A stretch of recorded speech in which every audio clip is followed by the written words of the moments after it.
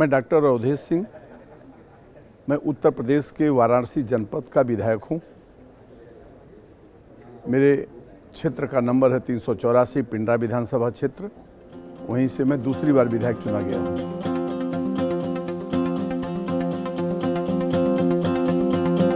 पहला जो 2017 में मैं जब पहले बार वाराणसी जनपद से चुनाव जीत के जब मैं आने के बाद मुझे बहुत सारी चीज़ें दिखाई दी कि 2017 के पहले हमारे वाराणसी जनपद जहाँ से मैं चुनाव लड़के जीता था, इसके पहले का क्या वहाँ पे जो भी विकास की चीज़ें थी उसको मैंने अपनी आंखों से देखा। और फिर विधायक बनने के बाद प्रगति के मार्ग पे जब गया है उत्तर प्रदेश, तब भी मैंने देखा तो मुझे बहुत सारे अंतर दिखाई दिए। जैसे आप देख लीजिए, हम लोगों के क्षेत्र में प्राइमरी स्कूल थे। उस प्राइमरी स्कूल की जो दशा थी उसको 2017 के पहले भी देखा गया था, और 2017 के बाद जब आदरणीय योगी जी की सरकार बनती है उत्तर प्रदेश में, तब उसमें जितना ज़बरदस्त सुधार हुआ है तो निश्चित रूप में हम दावे के साथ कह सकते हैं कि शिक्षा के क्षेत्र में बहुत ज़बरदस्त माने सुधार हुआ। 2017 के बाद आप स्वास्थ्य के क्षेत्र में भी देख सकते हैं।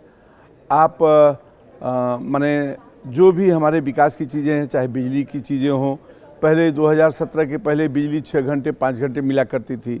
2017 के बाद बिजली आपको 22 घंटे और 24 घंटे मिल रही है। तो इस तरीके से कोई ऐसा क्षेत्र नहीं है जो अछूता हो और जिस क्षेत्र में काफ़ी प्रगति न हुई हो। और आज लगातार आदरणीय देश के यशस्वी प्रधानमंत्री आदरणीय नरेंद्र मोदी जी का एक जो सपना था काशी को पूरे देश ही नहीं दुनिया में उसको आगे करने की, तो मैं समझता हूँ कि उनका जो भी उद्देश्य था उस उद्देश्य को पूरा करने में भी हम सब लोग कामयाब हुए हैं।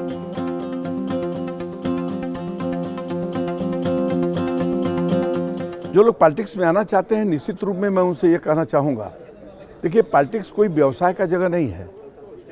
यह एक सेवा का स्थान है। जिसके मन में यह भाव हो, देश गुलाम था, इस गुलामी में बहुत सारे लोग उस ज़माने में रहे होंगे, लेकिन निश्चित रूप में कुछ लोगों के अंदर यह प्रेरणा हुई कि क्यों न हम इस देश को, गुलाम देश को आज़ादी में बदलें। और उन्होंने निस्वार्थ रूप में न कोई धर्म की बात की, न कोई जाति की बात की, और वह एक साथ मिल करके भारत माता की आज़ादी के लिए उन लोगों ने अपने प्राणों को न्यौछावर किया। मैं आज के राजनीतिक लोगों से मैं अपील करना चाहूँगा कि इस तरीके के लोग ही प्रवेश करें जिनके अंदर एक भाव हो, सेवा करने का भाव हो, और वह राजनीति में आए तो निश्चित रूप में गरीबों के लिए, बेसहारों के लिए, किसानों के लिए, मजदूरों के लिए, बुनकरों के लिए और बेरोजगारों के लिए कुछ कर सकते हो। तो यह उनकी एक सोच होनी चाहिए। मैं तो यही अपील करना चाहूँगा कि ऐसे ही लोगों का पदार्पण इसमें होना चाहिए।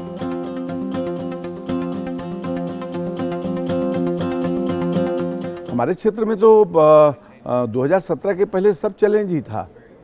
हमारे एजुकेशन के क्षेत्र में हम बहुत ही पीछे हुए थे, स्वास्थ्य के क्षेत्र में, चिकित्सा के क्षेत्र में हम बहुत पीछे हुए थे।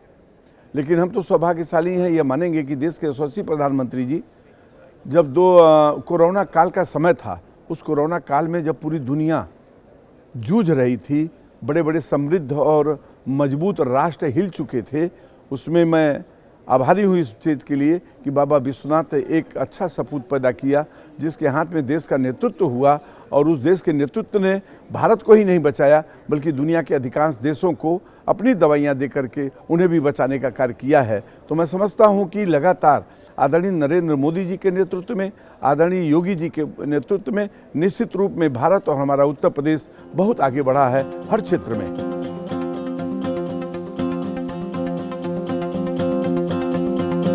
बहुत अच्छा लग रहा है मुझे। यह जिसने भी किया है मैं उसको धन्यवाद देना चाहता हूं कि उनकी बहुत बड़ी सोच है।